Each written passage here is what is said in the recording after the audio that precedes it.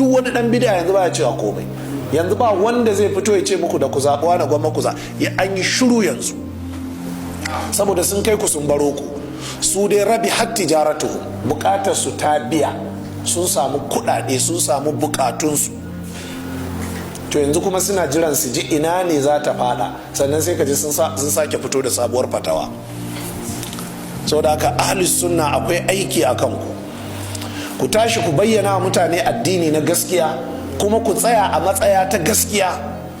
Yanzu mu ahlus sunna a Najeriya ba mu da nadama ko kaɗan dangane da abin da aka cuci mutane, sai dai muna tausaya wa mutanen, amma ba mu da nadama don ba mu da hannu ko misƙala zarratin.